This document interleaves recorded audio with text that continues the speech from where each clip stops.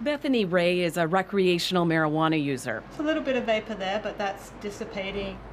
She likes to vape inside her home. I don't think vaporizing smells nearly as much. For some products there's a slight odor, but I don't feel like this is any more than if I burn some incense or put my aromatherapy diffuser on. Technically, using pot is still against the law. She finds it ironic that apartments and condos are becoming more vigilant now. I do feel as a cannabis consumer there's now more things to get in trouble for than there was previously to legalization. And she might be right. And all this is high-rises. This lawyer and her firm have helped more than 100 condo boards add rules about pot. Here's the thing. Nobody's going to be going into the units on a daily basis to inspect if anybody's smoking. The only time the corporation's really going to understand or learn that somebody's smoking is when there's a complaint.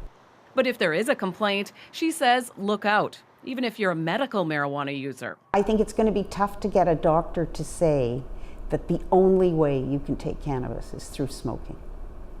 And that's the only way you'll get relief. At this condo complex, even smoking or vaping way out here is now off limits. I think there's definitely a big overreaction, especially when it comes to the medical side of it. James O'Hara is a medical cannabis user, diagnosed with a condition that causes seizures in the brain.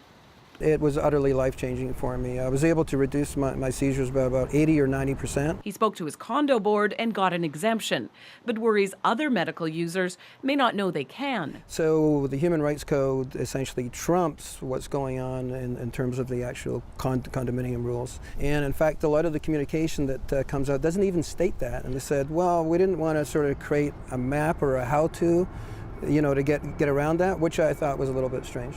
Every condo and apartment building is bringing in its own rules.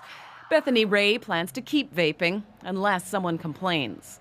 Lorenda Redekop, CBC News, Toronto.